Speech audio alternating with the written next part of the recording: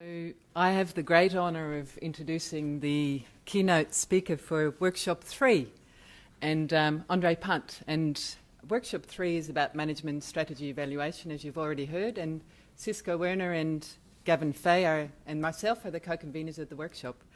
Now, André Punt hardly needs any introduction to the people who do management strategy evaluation. Like, he doesn't need a microphone, he doesn't need introduction. Basically, I got your CV last night and pulled out some things, so correct me if it's an outdated CV, but you're currently the director of the School of Aquatic Fisheries Sciences at University of Washington, and it's accidental that there's actually two keynotes today who are from the University of Washington. That's purely accidental, but probably an indication about the quality of the institution. You've been at the UW since 2001, but you started your career in your PhD at Cape Town in applied mathematics. That was Lisa, was it? In 1994, you did a stint. We were lucky enough for you to do a stint of work in Australia at CSIRO, and we're still lucky because André comes and spends some time at CSIRO every year. So we're very lucky like that. You teach a lot of courses, and I just picked two out that might be of interest here: numerical computing for fisheries assessment and management, and advanced R. You supervise more PhD students that I could possibly count, including Gavin Fay, one of your ex-PhD students. You were a member of that many fisheries and scientific committees that I counted the scientific committees to be 148. The other committees you were, for instance, the Whaling Committee you've been on since 1990, I read, and fisheries assessments groups going from prawn to sharks, etc., also too numerous to count. You're a guest editor and an editor of the Journal of Applied Ecology and Fisheries Research. You started getting awards when you were in matric in 1983, and the last award that was on your CV was awarded to the Washington Academy of Sciences. Yesterday, when I googled, you had more than 15,000 citations. So amazing, and we're very, very lucky to have you as our keynote. André. Well, thank you, Ingrid. Next time I apply for a job, I will make sure I put you down as a reviewer.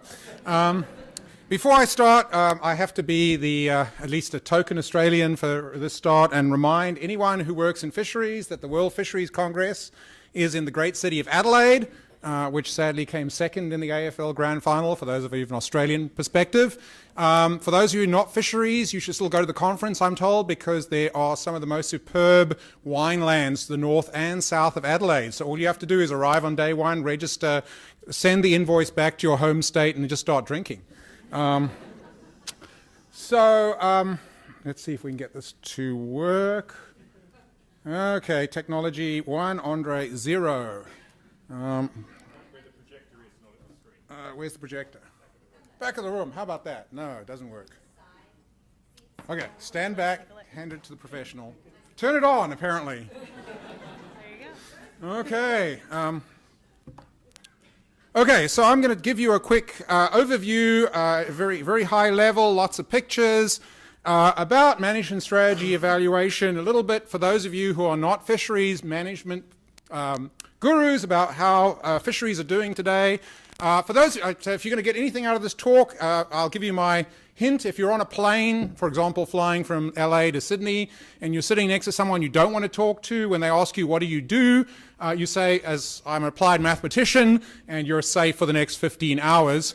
On the other hand, if you really want to talk to someone, you say, I work in fisheries, because everyone has an opinion, most of which start with, I'm really sorry.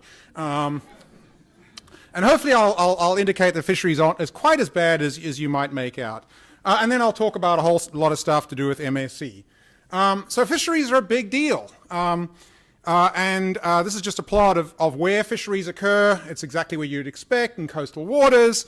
I am not a world expert on how I color maps in, but you might notice there's quite a lot of red in that map. we are making a very large impact on marine ecosystems.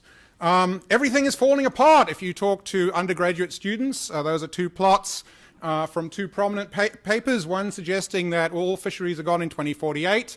What Eddie didn't realize is not only are all fisheries gone in 2048, we are so bad that one of the predictions was that the North Pacific will have gone in 2013, and it didn't. Maybe that just means we didn't notice. That's just how bad we actually are. And needless to say, there is some disagreement in the literature. That's a comment by my colleague, Ray Hilborn, which appeared as the front page of the Seattle Times. I was not the director then. I suspect the dean probably phoned up and said, "Who the hell is this guy?" Another fairly controversial paper suggesting that we'll all be eating jellyfish. I'm told it's very, very good. You can have the jellyfish. I'll stick to salmon. So how are world fisheries doing? If I could read the colors, we've got collapsed. So quite a large fraction of assessed stocks. I won't deal too much with catch, but assessed stocks are essentially collapsed fisheries. Large numbers are fully exploited. Collapse is right up there. Overexploited here. Fully developed, whatever that means, and developing. So, you know, we have had an impact. There are problems. We need to solve them. That's not to say that we're not doing better. Eddie showed us some pictures from Europe about how fisheries are doing there, at least some stocks. In the US, we probably have the strongest fisheries legislation anywhere, at least at this week. That may change. But one of the consequences of that is it turns out, so we were talking about physics earlier on. There are lots of laws in physics. In biology, there are sort of two laws that I know of, and I'm an applied mathematician, so I'm not an ecologist. One is all animals die, right? That's one of the few things our models actually do get right. And the other thing, it turns out, is if you don't kill fish, there are usually some more of them. And that's actually what you're seeing here. Essentially, these are some plots of various regions around the United States, just showing the impacts of fisheries management. And that's really what I'm all about, is the interaction between science, policy, management, angry fishermen, angry NGOs. Essentially, I deal with angry people all the time, and I hope a psychologist, if not a psychiatrist, is in the audience, because most of us working in fisheries probably need that kind of advice. So we're dealing with angry people. Why do we deal with angry people? Because what we do actually matters. I've been called a child killer. I've been threatened. I've never actually had a chair thrown at me. That's a New England experience, and Jason can tell me what his favorite type of chair that he dodges is. We matter, and as a consequence, when you matter, people pay attention. So I'm going to go back to when I was back in Cape Town, give you an idea of how the advice on which fisheries management is based. So most of you, thankfully, are not grey-haired and decrepit like I am, but I do remember the days when we used to have meetings in smoke-filled rooms. Pipes are my personal favorite. You couldn't even see the guy on the other side of the room, let alone work out what they were saying. So what we do in fisheries is we start with data. In fact, we do use quite a lot of data. We collect data, usually not for the purposes that we're going to use them for, but we take what we can. We do what's called a stock assessment, which, depending on whether you're a scientist, is a sophisticated way of estimating abundance, or voodoo science if you are not. And the outcome of voodoo science may be a decision made by decision makers who might have once been scientists but are almost certainly no longer the case. So translation of what information you've got, we usually are using whatever we've got to inform people who don't understand what we did. So if we go back in the history of stock assessment, the types of things that we manage are catches, how much can you catch, how many fishing vessels can you have, and what sort of fishing gear should you use. In the good old days, and they aren't all that long ago, is we basically used to hold our hands over the data and interpret them. I'm not going to go into all the details, but let's say you are assessing a fish stock, and suddenly someone says there are lots of small fish in the NIMF survey. Now, your first assumption is, do I even believe the NIMF survey? Assuming you did, you can draw two very different conclusions from lots of small fish in the catch. One is, all the big fish are gone. That's why we only got small fish in the catch, right? That would be bad. Okay, I'm just helping you guys out. Yeah. No fish left is sort of what we're trying to avoid in this game. And the second thing is, woohoo! We've got great recruitment. There's thousands of little fish in the fishery. We should increase our catch limits. We should make things better for the fishermen. Unfortunately, without additional information, you can't distinguish between those two, and that's caught several of us out. The good news is we moved from the caveman days down to the coffee shops, the Georgian era. Here's actually a plot of an actual assessment group meeting in a coffee shop in London, looking at the North Sea cod assessment. I'm told that they use a little more data now, but the outcome is just as uncertain. What happened in the late early to mid 1970s is the introduction of what we call harvest control rules, and you don't need to worry too much about the complicated text. Essentially, on the x-axis here is a measure of how many fish do we have, and we will read up the curve. The fishery scientists can't deal with lines that aren't straight lines. So we read up the curve, and that gives us our catch limit. So the idea here was, back in 1665, is if we can draw this line and we can measure the x-axis, we are pretty darn good, because we can give advice to our decision makers on what they should do. Well, we hit the 1970s and 1980s. I actually had a mullet at one stage. There are no photographs of this. What we came up with, this is actually from the International Whaling Commission. It's a plot of the control rule that they used until 1986. So on the x-axis here is basically how many animals do we have, and the red line tells us what's the catch limit going to be. So if you don't have enough animals, you get no catch limit. If you get lots of animals, you do. This catch control rule was essentially developed in commitio, which means that a whole bunch of people sat in a smoke-filled room and came up with something that looked like it should work. Now, the question that MAAC is trying to address, because this is a talk on MAAC, is it's nice to have these little curves, but do they actually work? And it turns out that there is no such thing as a microcosm for fisheries. So we can't go out and try our methods in a tank, because fishing vessels really don't work well in tanks. The consequence of playing around in the real world are people lose their jobs and fishery stocks collapse. We also have a lot of uncertainty. So most of what I do for a living is quantifying uncertainty and dealing with it. There's a variety of types. I'm just giving one here. This is to show how the world sort of works in decision making, at least until probably the mid 2000s. So on the x-axis is the recommended change in landings. Okay, so this is what the scientists say should happen to the catch limit. And this is what actually happened to the quota set by the decision makers. Most of us as scientists expect a 1-1 line, right? If I as a scientist stand up and say, things are bad, reduce the quota, you'd hope the decision makers say, thank you, sir. We are so happy with you, and we can't wait to do it. And as you can see, that correlation isn't exactly 1-1. And in fact, when we start looking at changes in recommended changes in landings and changes in landings, this dot is my favorite one. The scientists said, close the fishery, and the catches went up by 50%. Okay?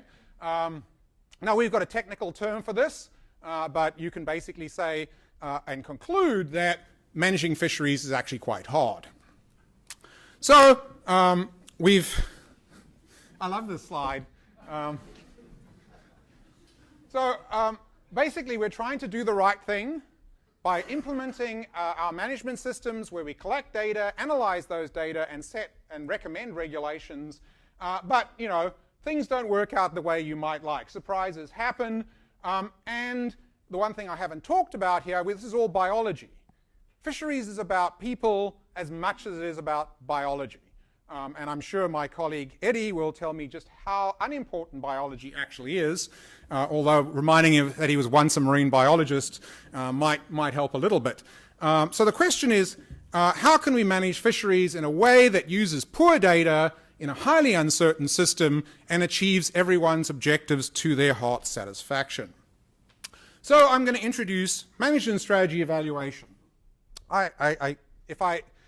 Usually I sit in the front desk and change my talk as I'm actually as I'm listening to people. If I'd had that opportunity listening to Eddie, I quote a paper a colleague of mine and a couple of others wrote a couple of years ago, where we said that MSE was management without prediction, right? So we've recognized our predictionability in fisheries is somewhere between poor and hopeless.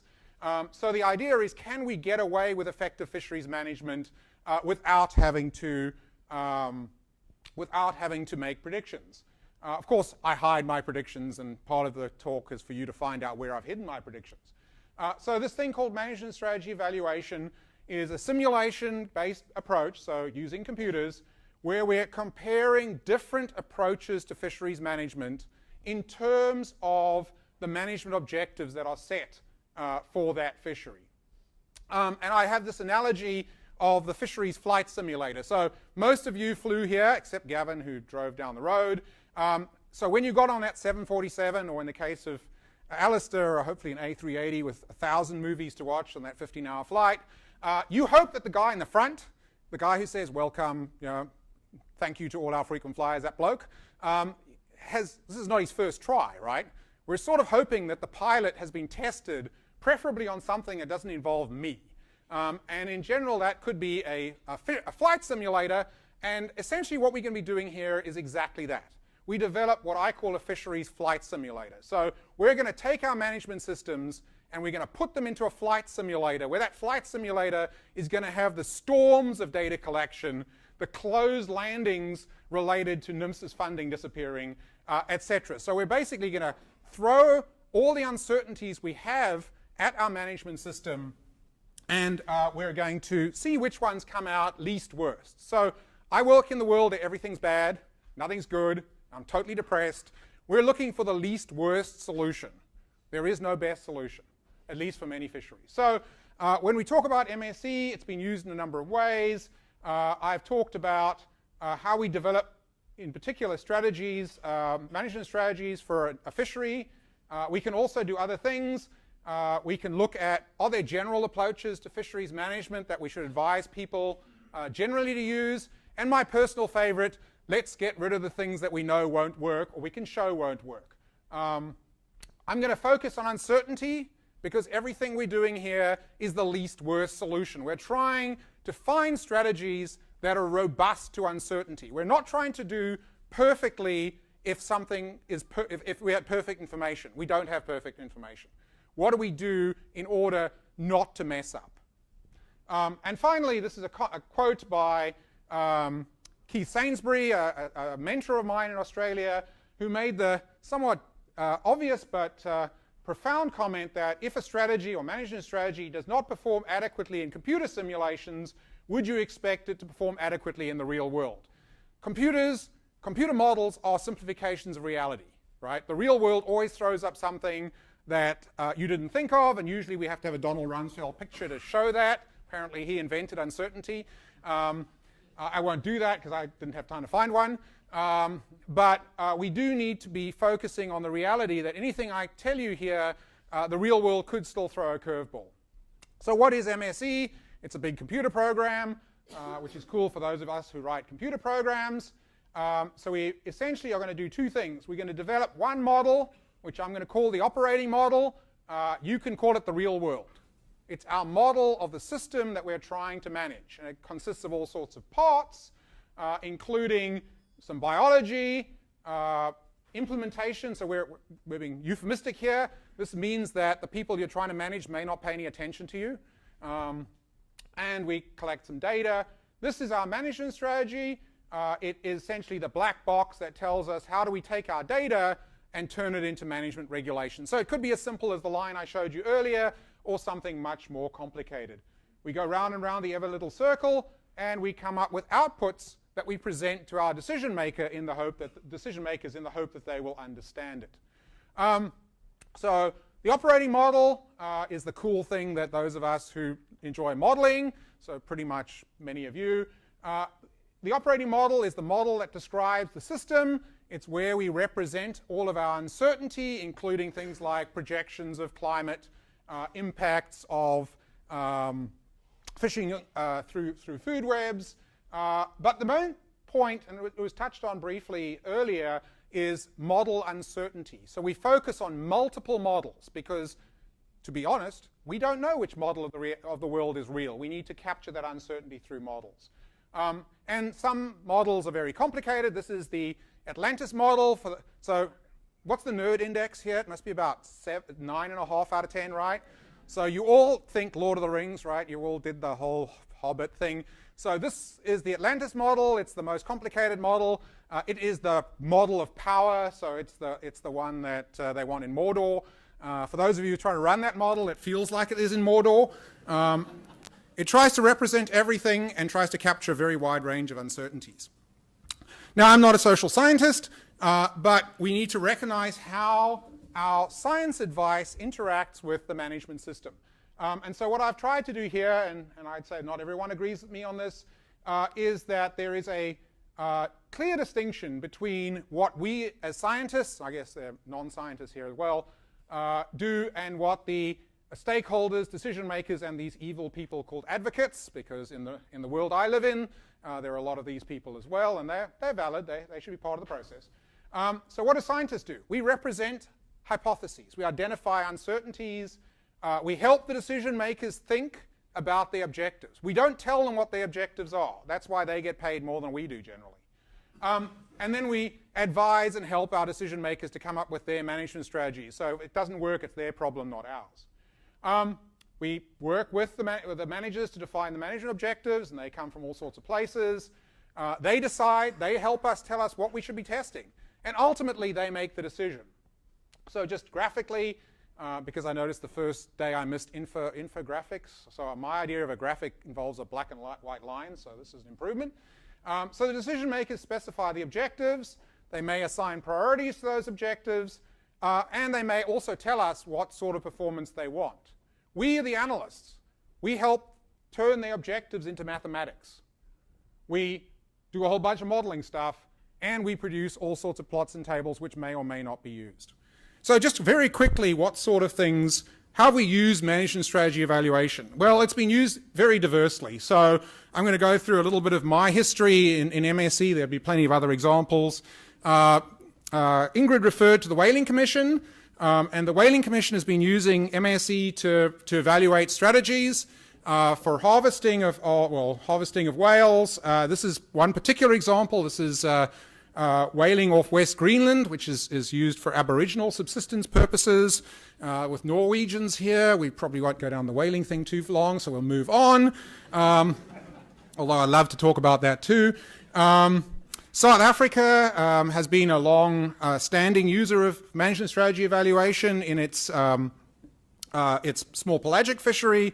The original aim of the work in South Africa was to manage the target species.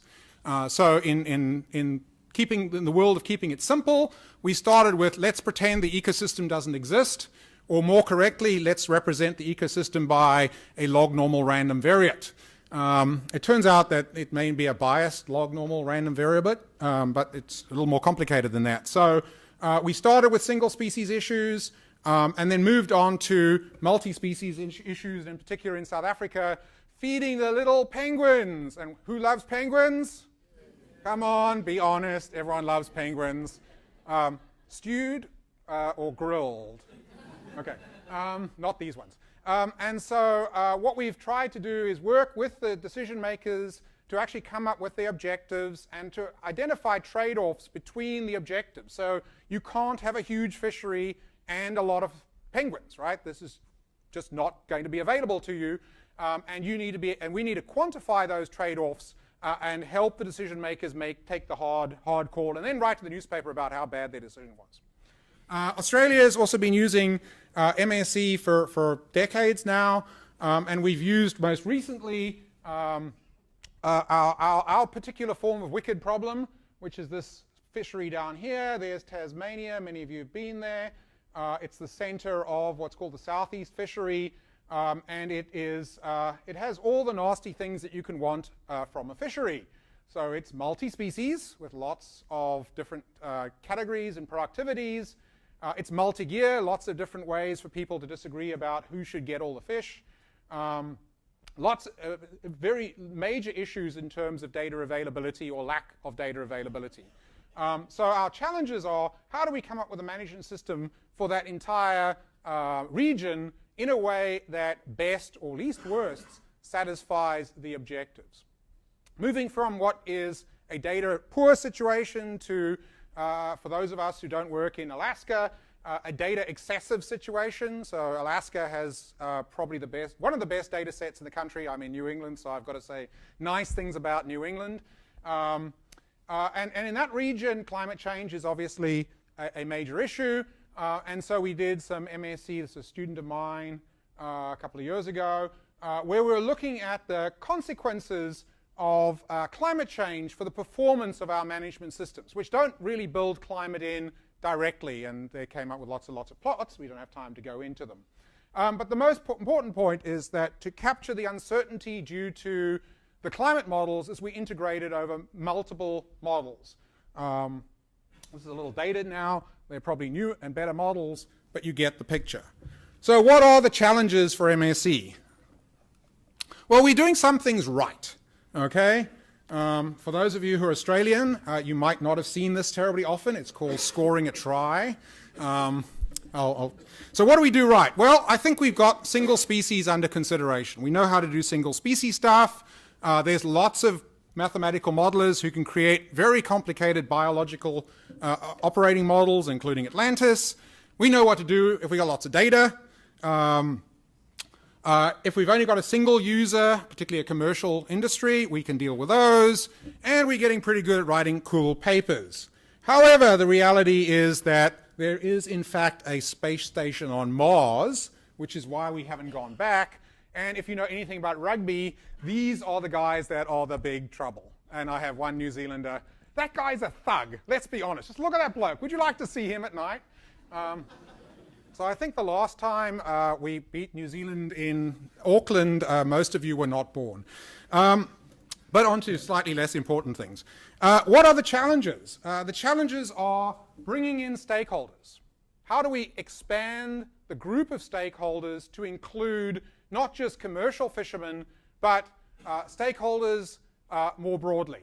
How do we broaden the goals of what we're doing? Most of what we've done is trade-offs between catches and biomass. How many fish do we have versus how much do we catch, rather than who gets that and should they get that. Dealing with the physics and the biology, as I said, most of the time, if we don't know how to do something, we generate a random variable from a distribution. Data poor cases. Eddie showed us a number of regions around the world where the types of data that I showed you in the earlier example simply don't exist and will never exist and almost certainly could not exist. And then finally, how do we explain this stuff to the people who actually have to make the decisions, right? This fisheries management does involve decisions. So it's not, you don't stand up at a conference and some decision maker comes to the conference and asks you afterwards, that was a really cool talk, could you explain equation T1-4, right? We need to explain this stuff, and I'm looking at all these tweeters. I've tweeted once, and that was once too many, I believe. We need to bring people in who think about communication. So let's go into a little more detail. Stakeholders. The aim of MAAC is to bring together the science and the management. And our decision makers are involved in multiple ways. And we claim that we do a lot of this. So we need to help our decision makers to ensure that at least we're asking the right questions in our modeling. Okay? There's nothing worse than you do an analysis and someone said, well, where are the predictions of the number of whales? And you say, well, actually my model doesn't have whales in it. So the results are that the number of whales is insensitive to the management strategy, right? Does that seem right? Stakeholders, broadening the stakeholder base involves talking to people, and fisheries management. So when we started this morning, someone said this is a windowless room. I didn't actually realize that rooms came with windows. I live in windowless rooms with people who are generally aggressive and have been going to the same windowless rooms for decades. So most of the stakeholders that we deal with are fishermen, but they can tell you the difference in ACL and OFL, a TAC, EBFM. They're part of the process. They're as disconnected with reality as we are. So we need to bring people who are outside the process in without killing them with acronym soup. TLAs, FLAs, you know what those are? 3-letter acronyms, 4-letter acronyms. So we got acronyms for our acronyms now. We need to facilitate an effective communication with our decision makers so that they are part of the process and not, as Eddie said, here are some really cool results which you need to know about. And then sort of peripheral but really important is allowing stakeholders to understand the needs of other stakeholders. So everyone thinks that they are the only person that really matters. In reality, we've often got hugely diverse groups. And the whaling industry, of course, is one of the key examples of that. Group A wants to harvest. Group B's major objection is that Group A is very, very unhappy and gets nothing. So how you communicate that and how you manage that becomes really important. Stakeholders are difficult people to work with at times. My personal favorite is the ones who think they're the decision makers. You've got to do this really subtly because stakeholders can provide input. If they're not actually the decision makers, that's all they get. And also, we need to be really clear about the difference in what you're doing and why you're doing it. All of what I'm talking about is why are you doing it, not what are you doing next year. And I think we failed on this interaction with stakeholders. Every paper that's written about MSE has said stakeholder engagement is key to MSE. In fact, I look around the room and I see at least one or two who've done exactly that. But when you look at it, very little happens. Now, Sean Cox isn't actually here, so I can abuse his paper. Just tweeters, just sort of hang in there. So there's a paper called Practical Stakeholder-Driven Harvest Policies for Ground Fish. I like this paper, by the way. On the other hand, they didn't actually involve the stakeholders to actually help us define what they were trying to do. They did show the results to the stakeholders. So there are some examples of where people have tried to interact with stakeholders. This is coral trout in the Great Barrier Reef. We did some MSE up there. They spent 2 years working with the stakeholders to identify relative priorities, what different groups wanted. And I think what's really important here is the idea here was not to seek consensus, but to identify the range of objectives that were quantifiable using the analysis. And that's sort of the MSE version of model averaging and representing model uncertainty. And not constraining the objectives. So southern bluefin tuna, which Anna may talk about in her talk, again, extensive discussion between scientists, managers, and stakeholders. What they found, what came out of all of this, is that when we identify objectives, the first thing you need to be clear about is it's not going to be possible to achieve everyone's objectives simultaneously. But it should at least be possible to achieve them individually. So I can fish the whole stock out, I can have the whole stock, but the rest of you aren't going to give that to me. Secondly, objectives can be quite broad. And earlier in the process, we need to communicate or learn to communicate to our decision makers that there's some things that we can't do, or NIMS haven't given us enough money to do it, or we can't do it before we all retire. So communication of what is possible, what we can expect to do. As hard as it sounds, there are no such things as stupid objectives, right? Standing up in a meeting and saying, well, that was a really stupid thing to say, while my natural tendency is actually not very conducive to an effective outcome. So how do we communicate with our stakeholders so they're aware of what we can perform and gently pushing them away from things that we might think are wrong and stupid, and change it to unquantifiable and unachievable, which sounds so much better than wrong and stupid. And ultimately, we need to learn to speak the language of the people we're working with. Moving to another paper, this was the Southeast Fishery. For those of you from Australia, no super trawlers. Every Australian talk has to have this slide. And over several beers, I think the fifth one, we usually communicate what actually happened. But there are lots of Australians here, and I'm sure there's lots of beer, so we'll get to it.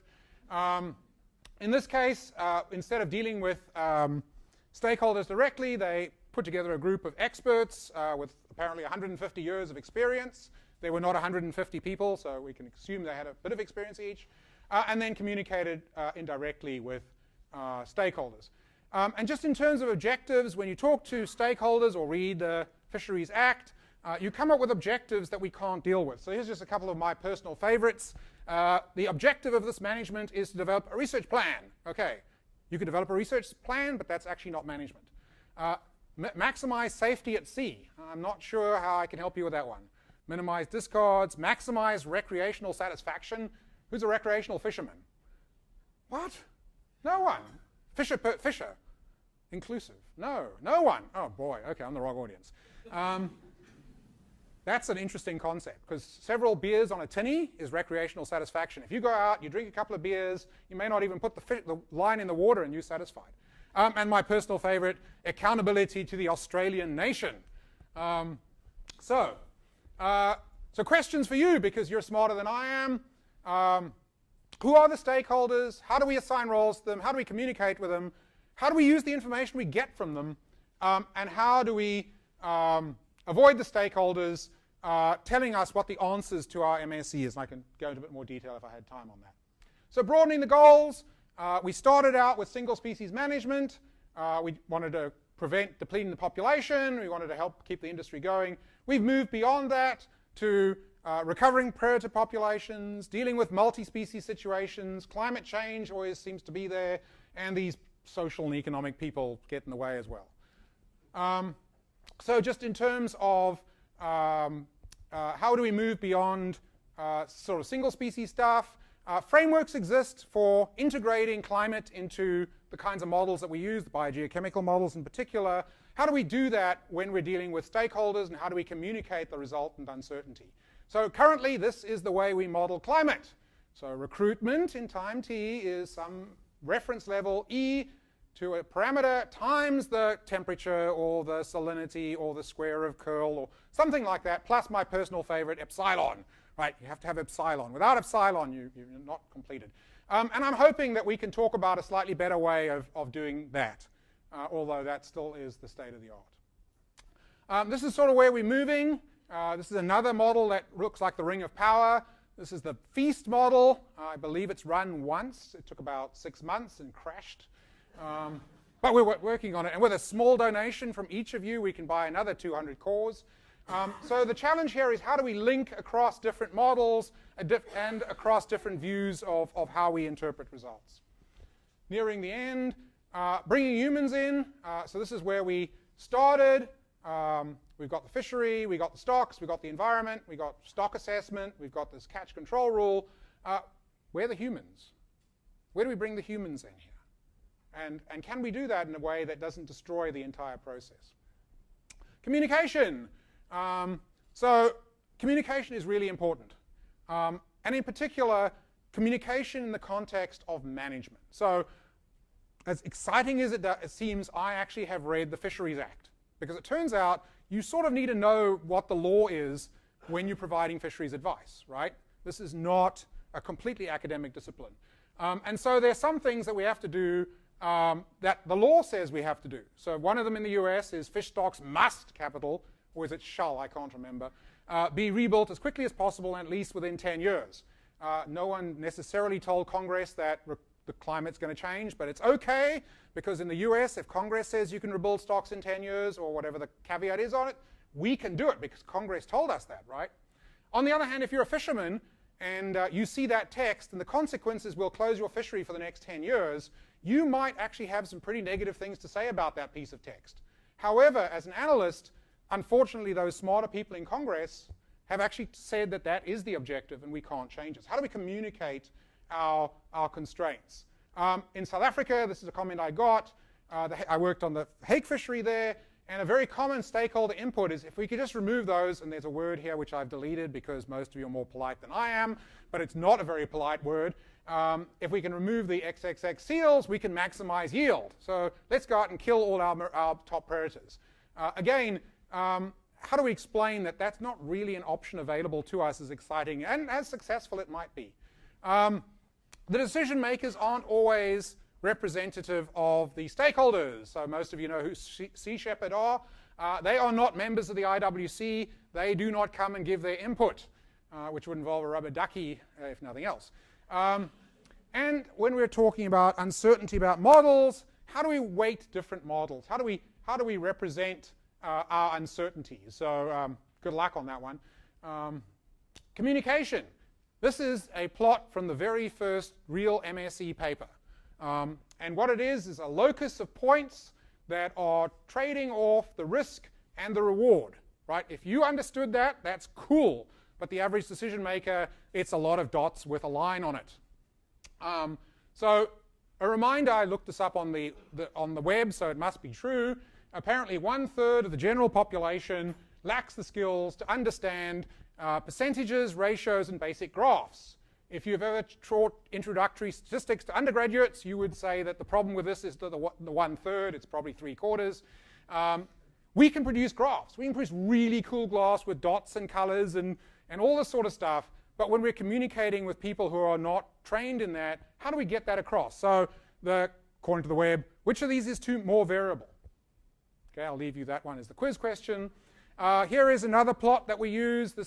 I'm not going to go through the details because the whole point of the slide is to show how complicated it is. And these are the other things we show. These are these spider plots. So essentially, the closer you are, each of these lines is a strategy, and the closer you are to a vertex, the better you are. This is my personal favorite. This came out of, hopefully not one of anybody. Is this one of yours? No, it's okay. It's not Gavin's. This was a plot of the probability of overfishing, POF, against long-term yield. And each of these dots that you can't read is a strategy. So obviously, you can see the best strategy very easily from that plot. So the challenge for the young and foolhardy. So I'm included in that category, and the rest of you might be in that category. Some things to think out beyond what I talked about. What does model validation mean when you're doing a predictive model? So if you're predicting beyond the range of the data, what does model validation mean? Because we have trained people to ask that question, right? So if you put a model in front of a bunch of decision makers, they say, has your model been validated? Because someone told them that's a good question. It's also a hard question to answer. How do we develop a management system where there's no data and no ability to restrict catch and effort? So what do you do if the people you're managing don't pay any attention to you? And the answer is the three-letter word that is hated most by some fishery scientists, M, P. Come on, what comes next? Very good. Okay. And then how do we move beyond fisheries to deal with the fact that, as Eddie pointed out, the marine ecosystem is being impacted by all sorts of other things, shipping, renewable energy generation. How do those things interact? How do we do that without a model that includes the sun in order to have the impact of the sun on the waves? And I've waited for the universal model.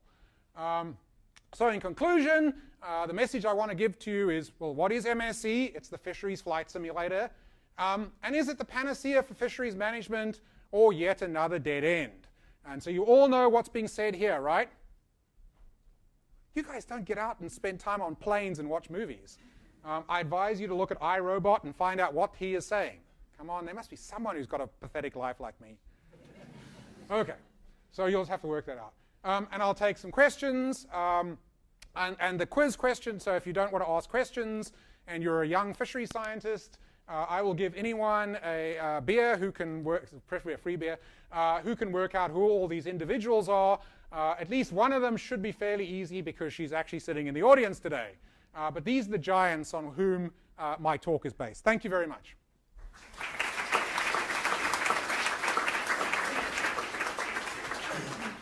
And I have 1 minute and 9 seconds. Left. Thank you, Andre. Thank you very much for that talk. I do notice that in the one that I saw, you were on that too. No, I've never been on that slide. I don't believe it. Any questions from the audience for Andre? Ooh. Wow. Yeah. They're all hungry. There we go.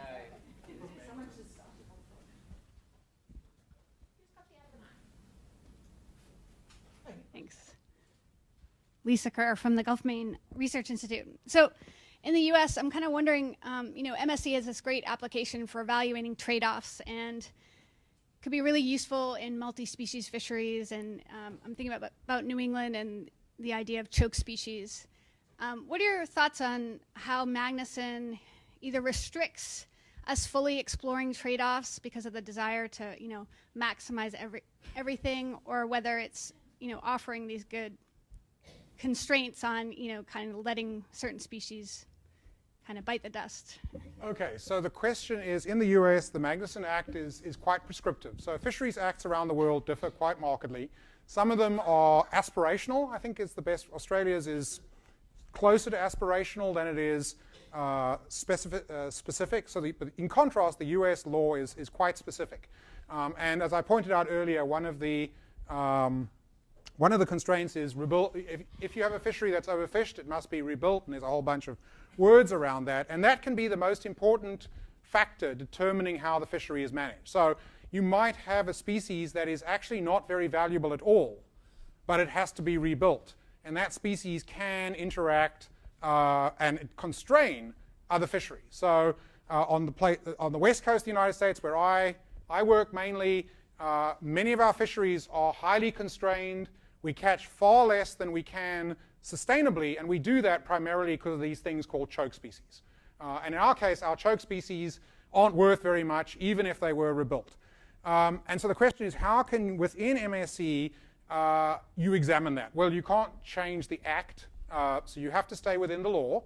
But what you can do, and it might have been removed in one of the reauthorizations, there is a clause in the act that says you can, and the wording is not, I've not got the wording exactly, but it's essentially the mixed stock exemption. And it refers to showing that the impacts of essentially sustainable overfishing, if you want to call it that, are in the net, have net positive benefits for the nation, I think is the wording. Now, I haven't looked at the act recently, but essentially that's what MSC is all about. It's showing those trade-offs and what are the benefits to the nation. So it specifically is designed in principle to address a question like that. Having said that, the choke species are the choke species, the law is the law. As exciting as it is not to pay attention to that. Yeah? Hold on, Matt, just for the microphone. Yeah. That's what I said, but it didn't work very well. Oh, yeah, they're recording. That makes sense. To what extent do you think that ensembles of simple models can be a solution to the modeling the universe problem? Okay, so there's a number of places where we use ensemble modeling. Okay, so ensemble modeling could be part of your management strategy. So when you're developing a strategy, generally the way it works is we fit lots of models to data, and a group of experts get together and they say there are n models here and we're going to use one of them. That's what we do. And part of the reason is we only set one management regulation. There's only one catch limit, right? So your model might produce lots of output. There is certainly a move, particularly with the United States, to use model averaging as a way to provide that advice. So our advice is based on multiple models, and we take the uncertainty that generates as we provide our advice. The second way of dealing with model uncertainty, which I'm not a fan of, and I think Anna will get into more details on this, is using it as that big thing called the operating model. And the reason for that is if you have multiple models that have radically different outcomes, and you average them, and even if you get a variance, because no one understands, I mean, if most of you ran into a variance in a dark corner, you would not recognize it as such. No one really understands what a variance is, and of course, no one ever gets a confidence interval right. We won't go there. That's a different issue. So model averaging, if you're averaging two things that are radically different, you're essentially hiding the uncertainty. So what we've tended to do is present the full range of uncertainty, perhaps model averaging to summarize results, but you've got to be really careful not to lose the fact that some of those models may have radically different results. So I showed you the plot of the Gulf of Alaska with all the different weird trajectories. If you average that, it actually looks quite good. Yet any individual model was radically different. So model averaging is great, and I think it's part of the future, but it needs to be used in a way that we communicate the consequences more carefully. Marion and Gavin had a question. So Gavin, you go first, and then Marion second. Okay. Marion's at the back. Yeah. Thank you for a very effectively provocative talk. And as a social scientist, I'd like to take up one of the provocations. And that concerns the way you use stakeholders and the way some of your statements come across, which I think have some implications for how we can go forward with transdisciplinary ventures into linking knowledge systems. Now, from the classical social science point of view, stakeholder is defined any body, any group with an interest or impact on a system. So that very clearly means that we as scientists are also stakeholders. Now, when I take from your talk, you talk about scientists, managers, and stakeholders. You also said instead of stakeholders, they put together a group of experts. Now, my question to you is, don't you think that we as scientists, be they natural or social scientists, need to look into linking and, in parentheses, respecting other forms of knowledge? And is that not the way to kind of have a system where bringing in humans in a way that does not destroy the entire process, unquote, is maybe not the focus, but generating a process in which human well-being within a framework of what the ecological envelope, we called it this morning in a discussion, is feasible? Do we need to look not to look for a transdisciplinarity that links and connects knowledge systems and introduces science as a stakeholder in this? I think we can't deny that we have our own particular interests in improving models, in making them work, and so on. And that, yeah, well, that's my provocations to you. Okay, there's a lot there. And in fact, that could be workshop 3. And I'd hope it is workshop 3, because you did I didn't give you the question, but you essentially asked the question I wanted to hear, which is, who are the stakeholders? And maybe I should be clear about distinguishing stakeholders and decision makers, because those are two very different groups. I think we need to be really careful about, and this is my view, is we as scientists and what our objectives are, these are very political discussions. And where, maybe this is 30 years of doing things badly, but where we need to be careful of is losing credibility when it's perceived that we have objectives other than those that are scientific. So obviously my model is better than Matt's, right? That's obvious. And I will fight to the death to do that. That's fine. That's what I do for a living. And everyone knows that that's what scientists do. Once we start to say, this is the decision we should make, right? Then we have a real credibility issue, because particularly when you're dealing with people who don't understand the science and do know that this guy who has no life and lives in a dark room is writing a complicated model that could and may provide the answer that he or she wants to see. So we've got to be really careful about when we think about science objectives, we need to avoid the advocacy rule. So once someone thinks that the scientists are advocates, you can forget about seeing any positive outcome of any analysis simply because you're seen as an advocate. Now, I'm sure someone will disagree with that, but let's let the battle begin. I gave the microphone to Gavin. There was a passionate arm at the back. Yes, Gavin, and then to David. David. Wait a minute, he gets a whole hour tomorrow to rebut everything I'm going to say. I couldn't wait till tomorrow. But a quick question. I mean, this is great stuff, MSE, but has any country put it in legislation, and should it be legalized? I mean, it sounds like it's kind of a great answer.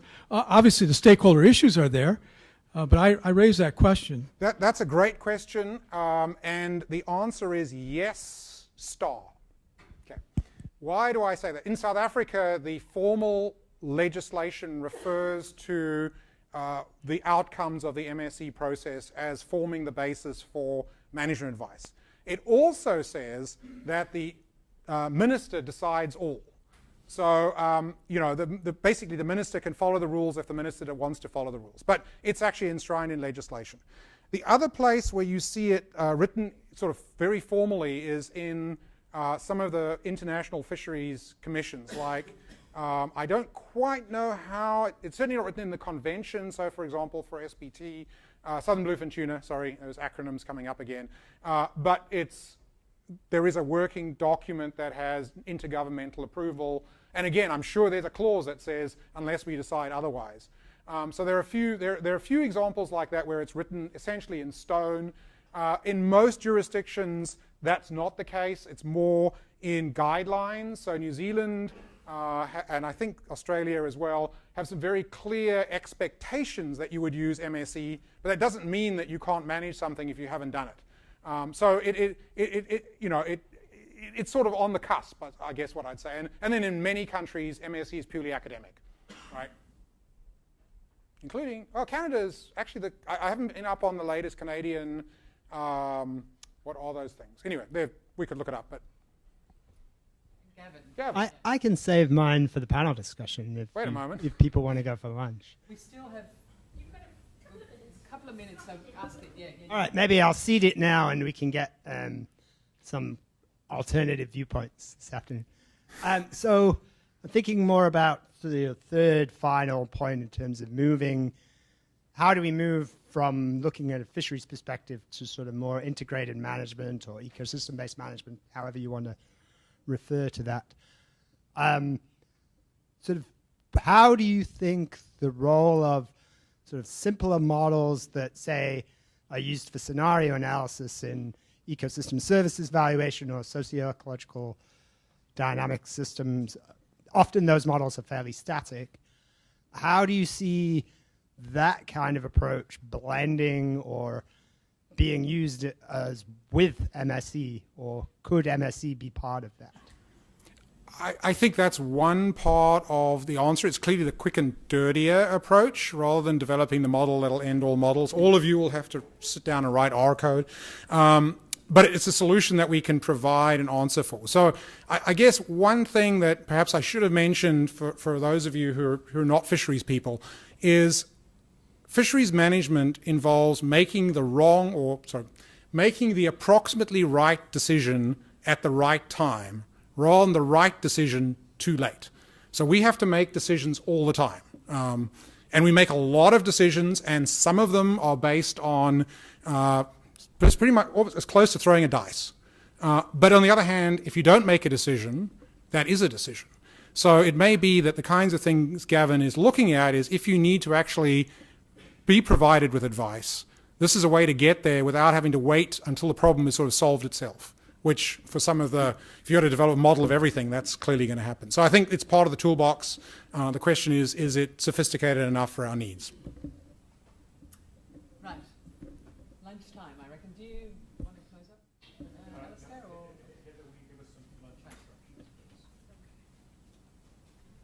Thank you.